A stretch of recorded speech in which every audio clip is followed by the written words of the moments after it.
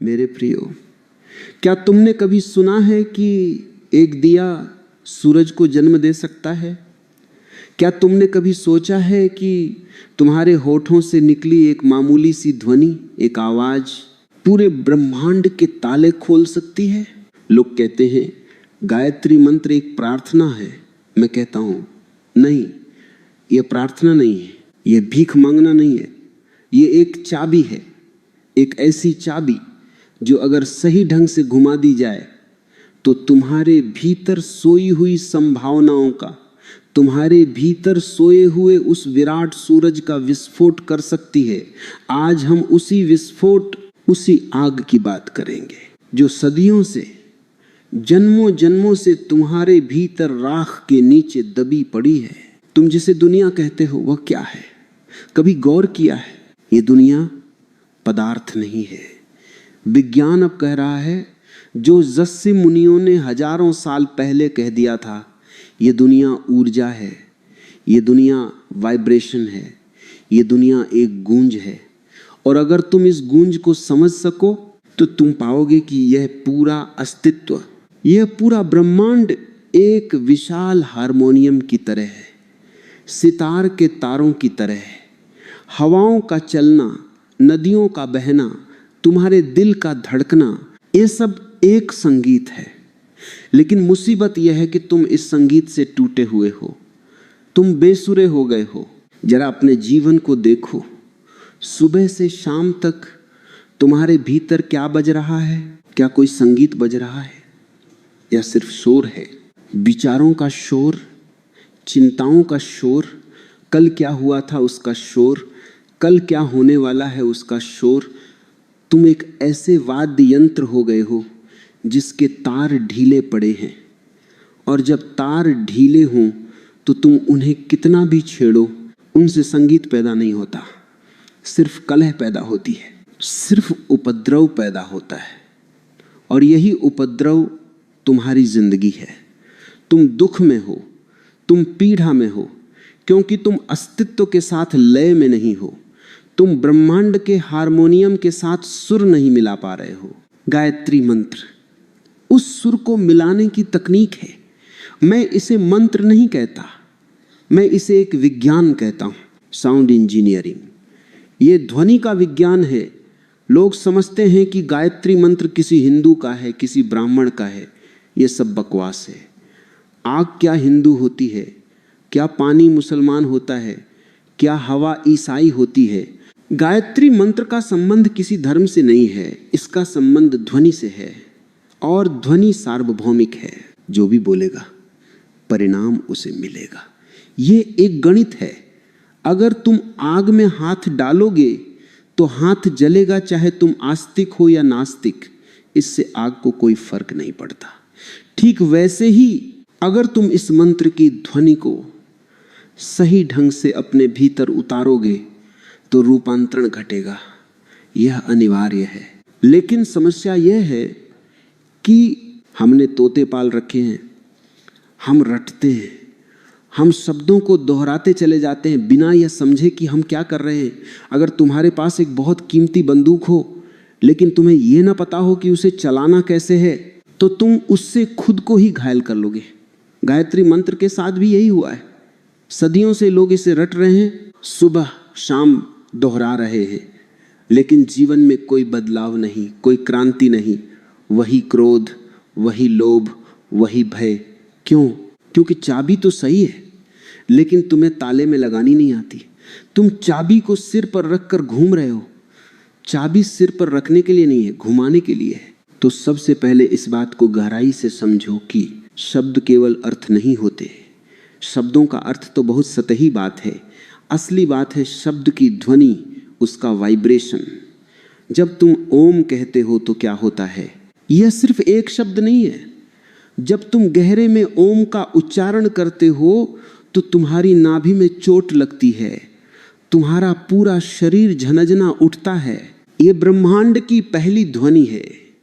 अस्तित्व का सन्नाटा जब टूटता है तो जो पहली गूंज उठती है वह ओंकार है। गायत्री मंत्र की शुरुआत होती है ओम भूर्भुवः स्वः। इन शब्दों को पकड़ना, इन्हें रटना मत, इन्हें पीना। भू का अर्थ है पृथ्वी, ये शरीर ये जो दिखाई दे रहा है। भू भू का अर्थ है अंतरिक्ष, वह जो दिखाई नहीं दे रहा। तुम्हारे विचार, तुम्हारी भावनाएं, तुम्हारा मन, और स्व का अर्थ है वह जो इन दोनों के पार है, आत्मा, आकाश, शून्यता। जब तुम इन तीनों शब्दों को एक साथ एक लय में बोलते हो तो तुम दरअसल अपने तीनों शरीरों को एक कतार में ला रहे हो। तुम अपने शरीर, अपने मन और अपनी आत्मा को एक सीध में खड़ा कर रहे हो। अभी तुम्हारी हालत क्या है? शरीर कहीं और है, ऑफिस की कुर्सी पर। मन कहीं और है, सिनेमा हॉल में या घर की रसोई में। और आत्मा का तो तुम्हें पता ही नहीं कि वह है भी या नहीं। तुम बिखरे हुए हो, तुम एक भीड़ हो, तुम्हारे भीतर हजारों टुकड़े हैं। गायत्री मंत्र का पहला काम है तुम्हें इकट्ठा करना, इंटीग्रेशन। जब तुम कहते हो भूर्भुवः स्वः, तो तुम अस्तित्व से कह रहे हो कि मैं तीनों तलों पर जागना चाहता हूं। मैं सिर्फ शरीर बनकर नहीं जीना चाहता, मैं सिर्फ मन की बकबक में नहीं फंसना चाहता, मैं उस आकाश को भी छूना चाहता हूं जो मेरा असली स्वभाव है। और ये सब होता कैसे है? उच्चारण से, ध्वनि की चोट से। तुम जानते हो हमारा शरीर 70% पानी है और पानी पर ध्वनि का, आवाज का गहरा असर होता है। अगर तुम पानी के एक गिलास के पास जाकर गालियां दो, क्रोध करो, चीखो, तो सूक्ष्मदर्शी यंत्र से देखने पर पता चलता है कि पानी के क्रिस्टल बदसूरत हो जाते हैं, विकृत हो जाते हैं। और अगर तुम उसी पानी के पास संगीत बजाओ, प्रेम के शब्द बोलो, प्रार्थना करो, तो उस पानी के क्रिस्टल सुंदर फूलों जैसे हो जाते हैं। सोचो, जब एक गिलास पानी पर तुम्हारी आवाज का इतना असर होता है, तो तुम्हारे शरीर में जो 70% पानी है, उस पर तुम्हारे शब्दों का, तुम्हारे 24 घंटे की बकबक का क्या असर हो रहा होगा? तुम खुद को जहर दे रहे हो। तुम अपने ही शब्दों से अपने भीतर के जल को, अपने भीतर के जीवन रस को दूषित कर रहे हो। तुम कहते हो मैं दुखी हूं, मैं परेशान हूं, मुझे डर लग रहा है। ये शब्द मंत्र हैं, नकारात्मक मंत्र। तुम इनका जाप करते हो और तुम वैसे ही हो जाते हो। गायत्री मंत्र इस जहर को काटने की औषधि है, ये एंटीडोट है। इसके एक एक अक्षर को ऋषियों ने, उन वैज्ञानिकों ने जिन्होंने अपने भीतर की प्रयोगशाला में प्रयोग किए, बहुत सोच समझकर पिरोया है। यह कोई कविता नहीं है जो किसी कवि ने तुकबंदी में लिख दी, नहीं, ये ध्वनियों का एक विशेष विन्यास है, एक खास अरेंजमेंट है। जैसे मोबाइल नंबर के 10 अंक होते हैं, अगर एक भी अंक गलत दबाओ तो बात नहीं होती, सही अंक सही क्रम में दबाने पड़ते हैं। गायत्री मंत्र के 24 अक्षर, 24 स्विच हैं तुम्हारे शरीर के भीतर। हमारे शरीर में कई ऊर्जा केंद्र हैं, कई ग्रंथियां हैं। विज्ञान उन्हें ग्लैंड्स कहता है, योग उन्हें चक्र कहता है। जब तुम गायत्री मंत्र का सही उच्चारण करते हो तो जीभ मुंह के अंदर अलग अलग स्थानों को छूती है, तालू को छूती है, दांतों को छूती है, होठों को छूती है। यह जीभ का नृत्य है और यह नृत्य बेकार नहीं है। मुंह के अंदर वे सारे बटन हैं जो तुम्हारे मस्तिष्क से जुड़े हैं। जैसे ही तुम सही ढंग से मंत्र का उच्चारण करते हो, तुम्हारी जीभ उन सूक्ष्म नाड़ियों को दबाती है और तुम्हारे मस्तिष्क में सोए हुए केंद्र जागने लगते हैं। न्यूरॉन्स में नई बिजली दौड़ने लगती है। यह ठीक वैसा ही है जैसे तुम हारमोनियम के अलग अलग बटन दबाते हो और अलग अलग स्वर निकलते हैं। अगर तुम तत्सवितुर्वरेण्यम का उच्चारण सही ढंग से करो तो तुम पाओगे कि तुम्हारे भीतर एक गर्मी, एक ऊष्मा पैदा हो रही है। सवितुर का अर्थ है सूर्य, वह जो सबको जन्म देता है, वह जो प्रकाश का स्रोत है। बाहर का सूरज तो रोज निकलता है, लेकिन तुम्हारे भीतर अभी रात है, घनी अंधेरी रात। तुम बेहोशी में जी रहे हो, तुम चलते हो, खाते हो, पीते हो, लेकिन सब नींद में। जैसे कोई सोमनाम्बुलिस्ट, नींद में चलने वाला आदमी गायत्री मंत्र का दूसरा चरण है उस सूरज का आह्वान। हम उस परम तेज को, उस दिव्य प्रकाश को अपने भीतर धारण करते हैं। क्यों? ताकि हमारी बुद्धि का अंधेरा मिट सके। हम मांग क्या रहे हैं? हम धन नहीं मांग रहे, हम लंबी उम्र नहीं मांग रहे, हम स्वर्ग नहीं मांग रहे। ये मंत्र बहुत अनूठा है। इसमें कोई क्षुद्र मांग नहीं है। इसमें सिर्फ एक ही प्रार्थना है रोशनी की, कि मेरी बुद्धि जो अभी कुंठित है, जो अभी पत्थरों से दबी पड़ी है, वह जाग जाए। जरा सोचो, तुम्हारी सारी समस्याओं की जड़ क्या है? क्या तुम्हारी समस्या यह है कि तुम्हारे पास पैसा नहीं है, या तुम्हारी समस्या यह है कि तुम्हारे पास पत्नी नहीं है या पति नहीं है? नहीं, तुम्हारी समस्या यह है कि तुम्हारे पास समझ नहीं है, तुम्हारे पास वह आंख नहीं है जिससे तुम जीवन को साफ साफ देख सको। एक आदमी अंधेरे कमरे में रस्सी को सांप समझकर डर रहा है, पसीना पसीना हो रहा है, चिल्ला रहा है, भाग रहा है। उसकी समस्या सांप नहीं है, क्योंकि सांप तो वहां है ही नहीं। उसकी समस्या अंधेरा है। और समाधान क्या है? क्या लाठी लेकर सांप को मारना समाधान है? नहीं, समाधान है एक दिया जला लेना। रोशनी होते ही वह पाएगा कि जिसे वह सांप समझ रहा था वह तो सिर्फ एक रस्सी थी, और हंसी फूट पड़ेगी, डर गायब हो जाएगा। गायत्री मंत्र यही करता है। ये तुम्हारे भीतर एक दिया जला देता है। भर्गो देवस्य धीमहि। हम उस दिव्य तेज का ध्यान करते हैं। हम उस तेज को अपने पोर पोर में सोखते हैं। जैसे एक स्पंज पानी को सोख लेता है, वैसे ही साधक उस ब्रह्मांडीय ऊर्जा को, उस कॉस्मिक एनर्जी को अपने भीतर सोखता है। और जब वो ऊर्जा भीतर आती है तो कूड़ा करकट जलने लगता है। तुम्हारे भीतर जो जन्मों के संस्कार पड़े हैं, जो डर बैठा है, जो हीनता की ग्रंथि पड़ी है, वह सब उस आग में भस्म होने लगती है। लेकिन लोग क्या कर रहे हैं?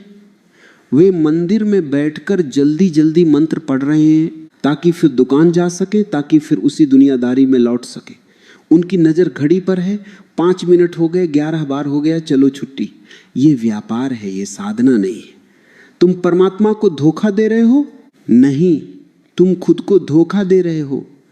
अगर तुम मंत्र कर रहे हो और तुम्हारे भीतर शांति नहीं उतर रही, अगर तुम्हारे चेहरे पर एक नई चमक नहीं आ रही, तो समझ लेना कि तुम सिर्फ होंठ हिला रहे हो, भीतर कुछ नहीं हो रहा। शब्दों में बहुत ताकत होती है, अगर वे हृदय से निकले।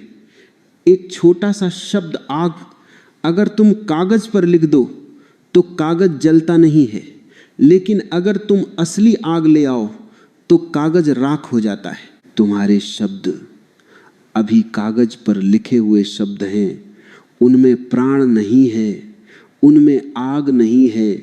गायत्री मंत्र को जगाना पड़ता है, इसे सिद्ध करना कहते हैं। सिद्ध करने का मतलब कोई चमत्कार दिखाना नहीं है। सिद्ध करने का मतलब है अपनी सांसों के साथ, अपनी धड़कनों के साथ इस मंत्र को एक कर लेना। जब तुम शांत होकर बैठते हो, रीढ़ सीधी होती है और तुम इस ध्वनि को अपने नाभिक केंद्र से उठने देते हो, तो तुम महसूस करोगे कि तुम अकेले नहीं हो। तुम पाओगे कि पूरा ब्रह्मांड तुम्हारे साथ गूंज रहा है। पेड़, पौधे, चांद, तारे सब उसी ऊर्जा से बने हैं जिससे तुम बने हो। यह मंत्र तुम्हें उस विराट के साथ जोड़ देता है। अभी तुम एक टूटे हुए पत्ते की तरह हो जो हवा के थपेड़े खा रहा है, डरा हुआ, सहमा हुआ। मंत्र तुम्हें वापस पेड़ से जोड़ देता है, वापस जड़ों से जोड़ देता है, और जैसे ही तुम जड़ों से जुड़ते हो, भय मिट जाता है। एक छोटा सा उदाहरण लो। तुम अपने घर में हो, सब कुछ शांत है, अचानक कोई आकर तुम्हें एक गाली दे देता है, एक शब्द। वह शब्द तुम्हारे कान में जाता है और क्या होता है? तुम्हारा पूरा शरीर जलने लगता है, आंखें लाल हो जाती हैं, हाथ कांपने लगते हैं, दिल की धड़कन बढ़ जाती है। एक शब्द ने तुम्हारे पूरे शरीर के रसायन, तुम्हारी पूरी केमिस्ट्री को बदल दिया, जहर घोल दिया। अगर एक गाली में, एक नकारात्मक शब्द में इतनी ताकत है कि वह तुम्हें नरक में धकेल सकता है, तो जरा सोचो, गायत्री मंत्र जो कि सकारात्मक ऊर्जा का, प्रकाश का, चेतना का महामंत्र है, वह तुम्हें किस स्वर्ग में ले जा सकता है। लेकिन हमें नकारात्मकता पर भरोसा ज़्यादा है। हमें गाली का असर तुरंत होता है, लेकिन प्रार्थना का असर होने में वक्त लगता है। क्यों? क्योंकि हम गाली को बहुत गहराई से पीते हैं, पूरे होश में पीते हैं, उसे पकड़ लेते हैं। और मंत्र हम ऊपर ऊपर से फेंकते हैं। हम चाहते हैं कि बस किसी तरह यह काम निपटे। जिस दिन तुम गायत्री मंत्र को उसी तीव्रता से, उसी इंटेंसिटी से पुकारोगे जैसे तुम गुस्से में गाली देते हो, उसी क्षण क्रांति घट जाएगी, उसी क्षण दिया जल जाएगा। ये ध्वनि का खेल है। पूरा ब्रह्मांड नाद ब्रह्म है। Sound is God. और गायत्री मंत्र उस नाद की सर्वोच्च अभिव्यक्ति है। ये उस हारमोनियम का मास्टर नोट है जिसे दबाते ही सारे सुर अपने आप सेट होने लगते हैं। तुम्हें अलग अलग जाकर अपने क्रोध, अपने लोभ, अपनी वासना को सुधारने की जरूरत नहीं है। तुम बस इस एक मंत्र को साध लो, बाकी सब अपने आप सध जाएगा। जैसे अगर तुम जड़ में पानी डाल दो तो तुम्हें अलग अलग पत्तों को पानी देने की जरूरत नहीं पड़ती। पानी अपने आप हर पत्ते, हर फूल तक पहुंच जाता है। गायत्री जड़ है। भारतीय मनीषा की, भारतीय प्रज्ञा की सबसे गहरी खोज है यह। इसे सिर्फ एक रस्म मत बनाओ, इसे एक प्रयोग बनाओ, एक वैज्ञानिक प्रयोग। आज जब तुम बैठो तो सिर्फ रटना मत, महसूस करना। जब बोलो तत् तो महसूस करना कि तुम उस परम तत्व को छू रहे हो। जब बोलो सवितुर तो महसूस करना कि सूरज की किरणें तुम्हारे भीतर प्रवेश कर रही हैं। जब बोलो वरेण्य तो महसूस करना कि तुम उस श्रेष्ठतम को चुनने के लिए तैयार हो। तुम कंकड़ पत्थर नहीं चुनोगे, तुम हीरे चुनोगे। हम जीवन भर कंकड़ पत्थर ही तो चुनते रहते हैं, छोटी छोटी बातों में उलझे रहते हैं। उसने मुझे ऐसा क्यों कहा, मेरा अपमान क्यों हुआ। अरे तुम सम्राट होने के लिए पैदा हुए हो और तुम भिखारी की तरह जी रहे हो। गायत्री मंत्र तुम्हें याद दिलाता है तुम्हारी बादशाही। ये तुम्हें झकझोरता है कि जागो। तुम वह नहीं हो जो तुम खुद को समझ रहे हो। तुम सिर्फ हड्डी मांस का पुतला नहीं हो, तुम साक्षात ब्रह्म हो। लेकिन यह सिर्फ बातों से समझ में नहीं आएगा। इसके लिए तुम्हें अपने भीतर के हारमोनियम को ट्यून करना पड़ेगा। और इस ट्यूनिंग के लिए ही यह मंत्र है। हर शब्द, हर मात्रा एक हथौड़ी की चोट है जो तुम्हारी जंजीरों को तोड़ती है। क्या तुम तैयार हो उन जंजीरों को तोड़ने के लिए? क्या तुम तैयार हो अपने ही कारागृह से बाहर निकलने के लिए? क्योंकि दरवाजा खुला है, हमेशा से खुला है। बस तुम्हारी आंखें बंद हैं। मंत्र आंखें खोलने का काम करता है, रोशनी पैदा करने का काम करता है। अब हम उस रहस्य के दरवाजे पर खड़े हैं जहां विज्ञान और धर्म एक हो जाते हैं, जहां पदार्थ और परमात्मा का भेद मिट जाता है।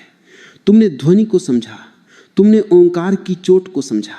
अब जरा उस चित्र को देखो जो ऋषियों ने, उन परम वैज्ञानिकों ने तुम्हारे सामने रखा है, गायत्री देवी। अक्सर लोग भ्रम में पड़ जाते हैं। वे सोचते हैं कि गायत्री कोई महिला है, कोई स्त्री है जो कहीं 7वें आसमान पर बैठी है, जिसके 5 सिर हैं। नहीं, ये बचकाना ख्याल है, ये बच्चों वाली बात है। इसे तोड़ना होगा। भारत की प्रतिभा प्रतीकों में बात करती है, इशारों में बात करती है, क्योंकि सत्य इतना विराट है कि उसे सीधा सीधा कहा नहीं जा सकता, उसे केवल इशारे से बताया जा सकता है। गायत्री के 5 सिर, यह कोई शारीरिक घटना नहीं है, यह 5 तत्वों का इशारा है। तुम्हारा शरीर क्या है, कभी गौर से देखा? यह मिट्टी है, यह पानी है, यह आग है, हवा है और आकाश है। तुम चलते फिरते पंचभूत हो। पूरा ब्रह्मांड इन 5 तत्वों का नाच है और तुम भी उन्हीं 5 तत्वों का एक छोटा सा संस्करण हो। पिंड में ही ब्रह्मांड है, जो बूंद में है वही सागर में है। गायत्री मंत्र का काम है इन 5 तत्वों को शुद्ध कर देना। इसे भूत शुद्धि कहते हैं। जब तुम मंत्र का जाप करते हो तो क्या घटता है? सबसे पहले तुम्हारे भीतर की पृथ्वी तत्व पर असर होता है। पृथ्वी यानी तुम्हारा मूलाधार, तुम्हारा होना। अगर तुम्हारी जड़ें ही हिली हुई हैं तो तुम जीवन में कभी स्थिर नहीं हो पाओगे। तुम सूखे पत्ते की तरह उड़ते रहोगे। मंत्र तुम्हें वजन देता है, तुम्हें गुरुत्वाकर्षण देता है, तुम स्थिर होने लगते हो। फिर आती है जल की बारी। तुम्हारे भीतर 70% पानी है। तुम्हारी भावनाएं क्या हैं? पानी की लहरें ही तो हैं। कभी प्रेम की लहर उठती है, कभी क्रोध का तूफान उठता है। पानी का स्वभाव है बहना, लेकिन अगर पानी गंदा हो, कीचड़ वाला हो, तो वह सड़ांध पैदा करता है। गायत्री की ध्वनि तुम्हारे भीतर के जल को, तुम्हारी भावनाओं को निखारती है, उसे कीचड़ से कमल बना देती है। वही ऊर्जा जो काम वासना में, सेक्स में बह रही थी और तुम्हें परेशान कर रही थी, वह अचानक ऊपर की ओर उठने लगती है और प्रेम बन जाती है, करुणा बन जाती है। यह कीमिया है, यह रूपांतरण है। फिर है अग्नि। तुम्हारे भीतर एक आग है, भूख की आग, ईर्ष्या की आग, कुछ पा लेने की आग। ये आग तुम्हें जला भी सकती है और तुम्हें रोशनी भी दे सकती है।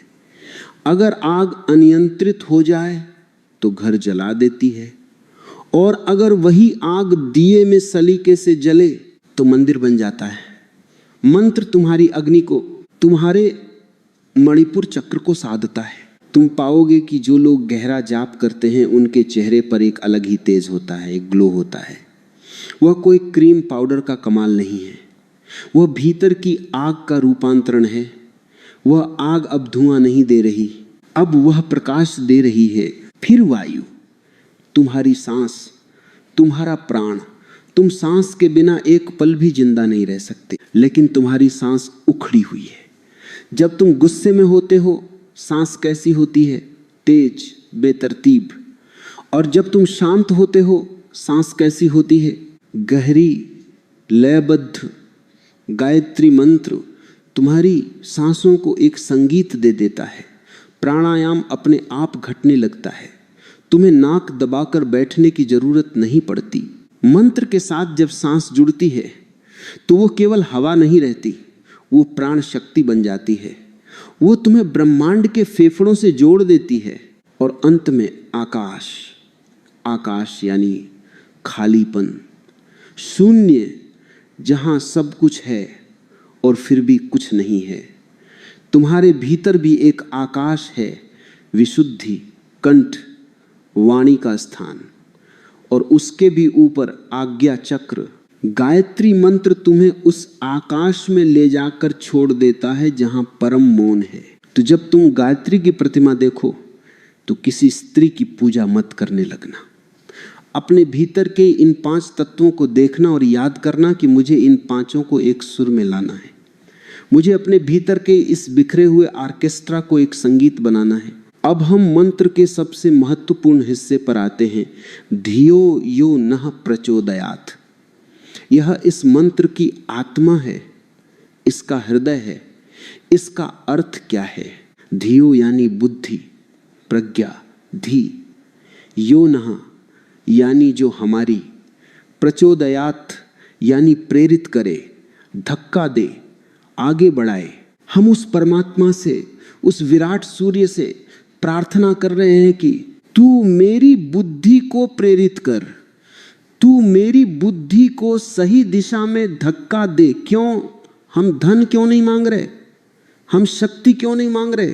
क्योंकि जिस्सियों ने एक बहुत गहरी बात खोज ली थी कि तुम्हारे पास अगर दुनिया भर का खजाना भी हो लेकिन उसे भोगने की बुद्धि न हो तो वह खजाना तुम्हारी मौत बन जाएगा। देखो सिकंदर को, देखो नेपोलियन को, देखो हिटलर को। क्या कमी थी शक्ति की? क्या कमी थी साधनों की? नहीं, लेकिन बुद्धि की दिशा गलत थी, और उस गलत दिशा वाली बुद्धि ने पूरी दुनिया को और खुद उनको भी विनाश की खाई में धकेल दिया। बुद्धि तो है, लेकिन वह कुबुद्धि है, वह काटने वाली बुद्धि है, वह तोड़ने वाली बुद्धि है। आज का इंसान बहुत होशियार है। हम चांद पर पहुंच गए, हमने मंगल पर यान भेज दिए, हमने एटम बम बना लिए। ये बुद्धि का ही तो चमत्कार है।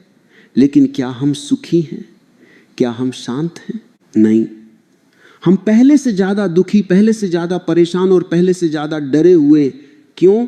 क्योंकि बुद्धि तो बढ़ गई लेकिन प्रज्ञा नहीं बढ़ी, विजडम नहीं बढ़ा, होशियारी आ गई लेकिन समझदारी नहीं आई। गायत्री मंत्र सद्बुद्धि की मांग है।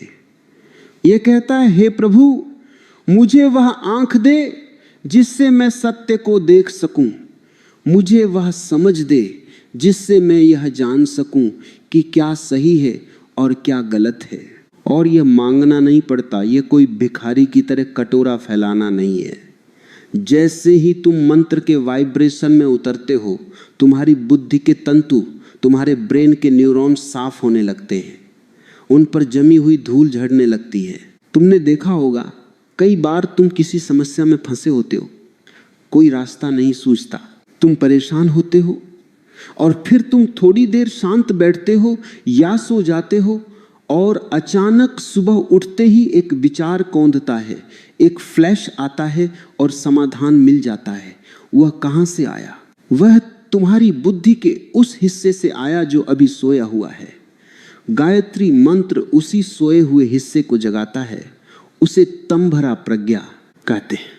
एक ऐसी बुद्धि जो कभी गलती नहीं करती, जो सीधे सत्य को देखती है। जब यह बुद्धि जागती है तो जीवन की समस्याएं जो तुम्हें पहाड़ जैसी लगती थीं, वे राई के दाने जैसी हो जाती हैं। समस्या वही रहती है लेकिन तुम बड़े हो जाते हो। फर्क समझ रहे हो? बारिश हो रही है, कीचड़ है, एक छोटा बच्चा उसमें फंस जाता है और रोता है, लेकिन एक बड़ा आदमी उसे पार कर जाता है। कीचड़ वही है, बारिश वही है, लेकिन चेतना का स्तर बदल गया। गायत्री मंत्र तुम्हें जीवन से भागना नहीं सिखाता। यह नहीं कहता कि पत्नी को छोड़ दो, बच्चों को छोड़ दो, जंगल में भाग जाओ। नहीं, ओशो कभी भगोड़ापन नहीं सिखाते। मैं तुमसे कहता हूं संसार में रहो, लेकिन ऐसे रहो जैसे कमल पानी में रहता है। पानी में रहता है पर पानी उसे छू नहीं पाता। गायत्री मंत्र तुम्हें वह वाटर प्रूफ जैकेट पहना देता है। क्रोध आएगा लेकिन अब तुम क्रोध में जलोगे नहीं। तुम देखोगे कि अरे क्रोध आ रहा है, तुम साक्षी हो जाओगे, तुम अलग खड़े हो जाओगे। और जिस क्षण तुम अलग खड़े हुए, क्रोध अपनी ताकत खो देता है। डर आएगा लेकिन तुम डर के साथ बह नहीं जाओगे। तुम देखोगे कि हाँ, शरीर कांप रहा है, मन डर रहा है, लेकिन मैं तो देखने वाला हूं, मैं तो दृष्टा हूं। ये जो दृष्टा का भाव है, यही प्रचोदयात का असली परिणाम है।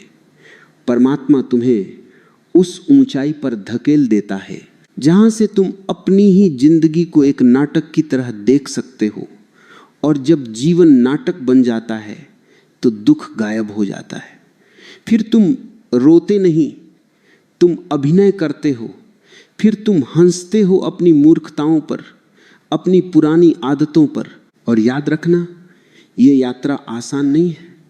शुरू में मन विद्रोह करेगा, वह कहेगा ये क्या पागलपन है, भूर्भुवः स्वः चिल्लाने से क्या होगा, इससे अच्छा तो थोड़ा सो लूं या टीवी देख लूं। मन बहुत चालाक है, वह तुम्हें पुरानी पटरी पर ही रखना चाहता है, क्योंकि मन को आदत है, उसे बदलाव से डर लगता है। लेकिन तुम्हें डटे रहना होगा, तुम्हें संकल्पवान होना होगा। जैसे एक किसान बीज बोता है, वह रोज जाकर मिट्टी खोद कर नहीं देखता कि बीज अंकुरित हुआ या नहीं। वो भरोसा रखता है, वो पानी देता रहता है, खाद देता रहता है, धूप का इंतजाम करता है। और एक दिन अचानक मिट्टी फटती है और एक नन्ही सी कोमपल बाहर निकल आती है। गायत्री की साधना भी ऐसी ही है। तुम करते जाओ, फल की चिंता मत करो, परिणाम की चिंता मत करो, बस डूबते जाओ। और एक दिन वह घटना घटती है, वह परम अनुभव, जब मंत्र खो जाता है। ध्यान देना इस बात पर, मंत्र साध्य नहीं है, मंत्र साधन है, मंत्र नाव है। तुम्हें नदी पार करनी है, तुम नाव में बैठ गए, बहुत अच्छा किया, लेकिन जब दूसरा किनारा आ जाएगा तो क्या तुम नाव को सिर पर उठाकर चलोगे? नहीं, तुम्हें नाव छोड़नी पड़ेगी।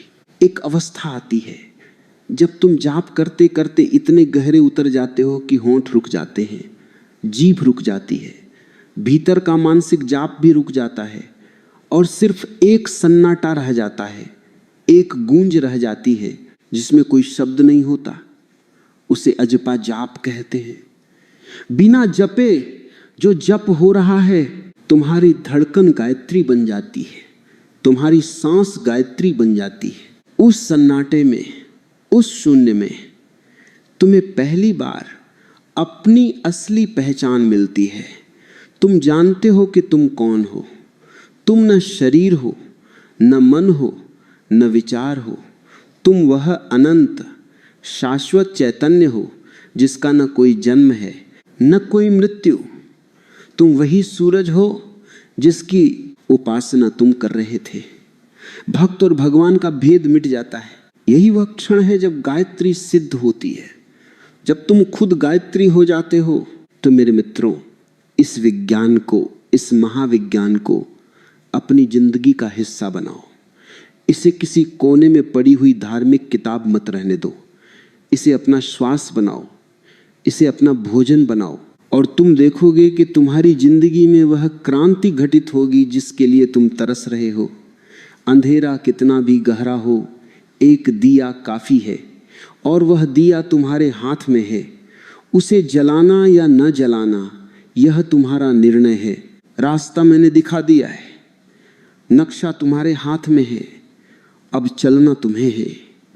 प्यास तुम्हारी है तो कुएं के पास तुम्हें ही जाना होगा, कुआं तुम्हारे पास चलकर नहीं आएगा। उठो और अपने भीतर के उस सोए हुए सूरज को जगाओ। यही गायत्री का संदेश है, यही ऋषियों का आशीर्वाद है और यही जीवन का सार है। डालो शांति।